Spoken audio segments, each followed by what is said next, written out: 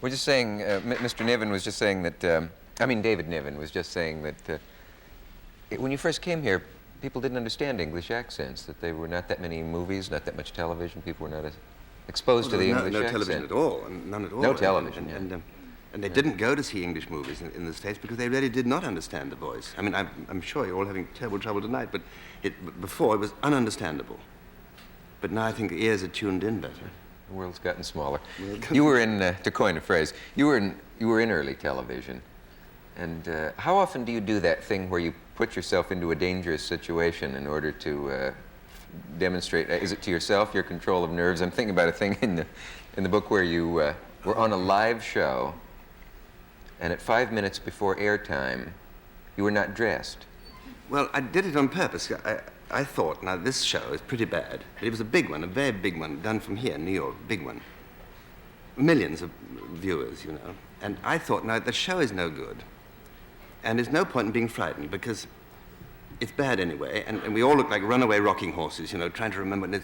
And so I thought, now if I appear calm, and I'm laughingly referred to as the star of the thing, that if I am appearing calm, this will communicate itself to the others. And this in turn will recommunicate itself to me. Well, of course it didn't, it was a shambles. And my idea of being calm was I was playing an attorney or something, so I left my coat, hat, briefcase, and umbrella in my little dressing room off the stage there, and wandered about 5 minutes before airtime. And the assistant said, "David," I said, "No, please, just relax. We have 5, try not to throw up now, of course." I said, "We have 5 lovely, long, cool minutes before we have to do this awful show in front of 80 million people. But in the meantime, let everybody, you know." And he said, I said, "No, just give me 2 minutes, and I go to my room, I get my hat, the briefcase, and the umbrella. No panic."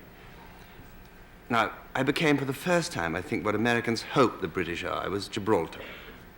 And I was followed by these admiring eyes. I really was doing very, very well. And George Hicks, the great announcer, was going to the mic to announce the wares of the company, whatever it was. And he said, "David," I said, "Right now I go. I go to get my hat, the briefcase, the umbrella, and with the measured tread of a London bobby now, I walked off there into my little room, and I locked myself out. Inside is the hat, the briefcase, and the umbrella, and I'm now transformed into a shrieking, gibbering banshee. "Help! Help!" And the poor George Hicks is on to the accompaniment of axes.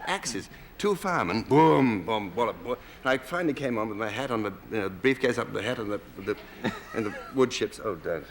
And the show was on the air while they were chopping away in your dressing room. Well, he was on, the poor announcer was, chopped down, and I came on with, no, don't. Again, you like to live dangerously, skiing or... Hideous mistake. Whatever it may be. Have you ever... Oh, that's right. Can I? Sure. People will imagine that there's something in there that's of a spirituous nature, so that brings me to a good point. You know, whenever an actor takes a glass of water or anything on camera, or coffee or beer or whatever they have, people think that they're, you know, that they're drinking heavily. Have you ever gone on stage just with a skin full? Yes. Yes, I have. In the early days, my early days in Hollywood, there was the only way into Hollywood as an actor really was right there. There was no television, so they didn't see somebody being awfully good on a show and then take them out. And I mean, stars certainly were brought out from Broadway, but the rest of us had to hack it through there. So there were lots of little theaters around where we got groups together and the as extras and got groups together. And then scouts from the studios came around and watched it. And the best one was the Pasadena Playhouse, which is a famous one. And Goldwyn had just signed me up, and I got a job at the Pasadena Playhouse in a play called Wedding. And I was one of 62 guests in this play. And my part, Dick, I swear to you, was this. In the first act, I came on with this bowl of punch. And it was very important, because underneath it was a message for the leading lady. I don't know what the hell it was all about, but it was underneath this bowl. So I came on with this bowl and put it on the table like that, and exit that side. And that was the first act. In the second act, I had to recognize another guest. I had to come on and go, and off that side. No, the third act was my big moment, and I had this snatch of conversation with this idiot, this fool, this oaf. And I had to say to him, he's now a dentist in Omaha somewhere. Anyway, sweet man, but he made an awful mess that night. Because he had a whiskey called Mr. the Moors, which he found. It was made in Japan, I think. It was absolutely awful. Mr. the Moors.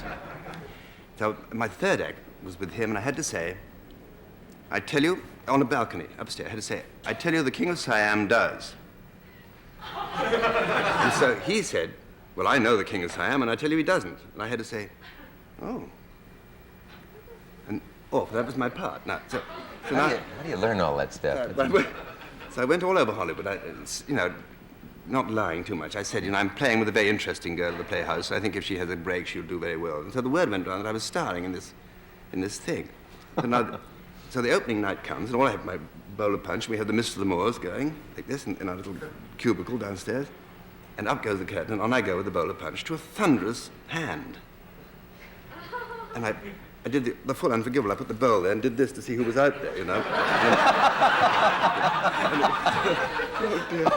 Oh, but it was Herbert Marshall had brought a surprise party of 40 big stars, like Charles Boyer, Charles Lawton, Myrna Lloyd. It was, all big stars sitting out there. And I panicked. And I went off with the bowl of punch, thereby wrecking the entire play, because underneath it was this note. Downstairs, and I said to this man, this terrible thing's happened. He said, oh, have some mist, Dave. So we're into the mist. So now the second act came. I thought, I've got to get across without them seeing me. So and now comes the third act. By now, stoned, gone, belligerent. I said, now look, many of these people have come all the way from Malibu to see me, so the hell with the balcony, we're going right down to footlights. So I took this poor man by the arm. I said, led him right down. I said, now listen, I don't want to impose my rather strong personality on your very dull brain, but I have it right from the horse's mouth. I have it on the very finest authority that the King of Siam does.